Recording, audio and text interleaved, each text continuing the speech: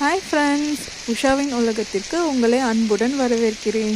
இன்றைக்கி காலையிலேருந்து செம்ம மழைங்க. சென்னையே அப்படியே குளு குளுன்னு ஊட்டி மாதிரி இருக்குது.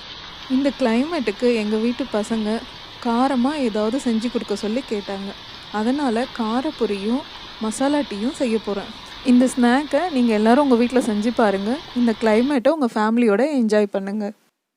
நம்ம சேனலை எல்லோரும் சப்ஸ்கிரைப் பண்ணிக்கோங்க. பக்கத்தில் இருக்கிற பெல் ஐக்கானை ப்ரெஸ் பண்ணிக்கோங்க. அப்போ தான் நான் போடுற வீடியோ உங்களுக்கு உடனுக்குடனே நோட்டிஃபிகேஷனில் வரும். வாங்க வீடியோக்குள்ளே போகலாம். நான் இன்றைக்கி 2 கப்பு பொரி எடுத்துருக்கிறேன்.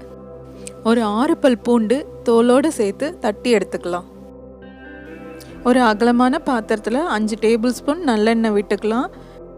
எண்ணெய் காஞ்சதும் நம்ம தட்டி வச்சுருக்கிற பூண்டெல்லாம் உள்ளே சேர்த்து நல்லா செவந்து வர வரைக்கும் வறுத்துக்கலாம். இப்போ கொஞ்சம் கருவேப்பிலை சேர்த்துக்கலாம். இப்போது பூண்டு நல்லா செவந்து வந்துடுச்சு.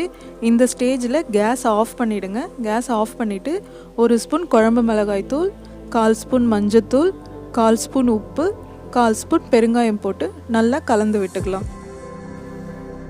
அந்த எண்ணெயோட சூட்லேயே நம்ம போட்டிருக்க மசாலாவோட பச்சை வாசனைலாம் போயிடும். ஒரு நிமிஷம் கலந்து விட்டுக்கலாம். இப்போது பொரியை உள்ளே சேர்த்து அந்த மசாலா நல்லா ஸ்ப்ரெட் ஆகிற மாதிரி நல்லா கலந்து விடலாம். பொரியில் ஆல்ரெடி கொஞ்சம் உப்பு இருக்கும், அதனால் உப்பு குறைவாக சேர்த்துக்கலாம்.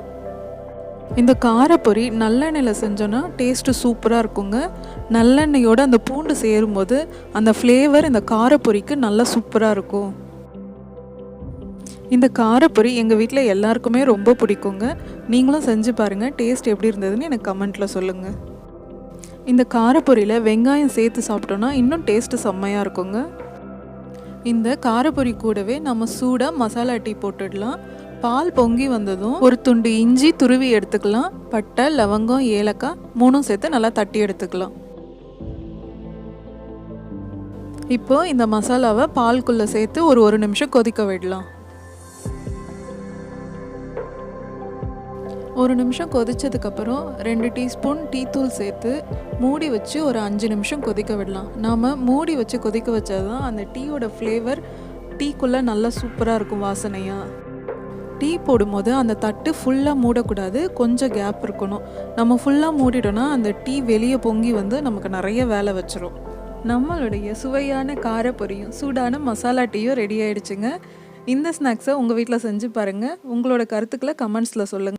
அப்படியே இந்த வீடியோவை லைக் பண்ணி ஷேர் பண்ணிவிடுங்க. தேங்க்ஸ் ஃபார் வாட்சிங்.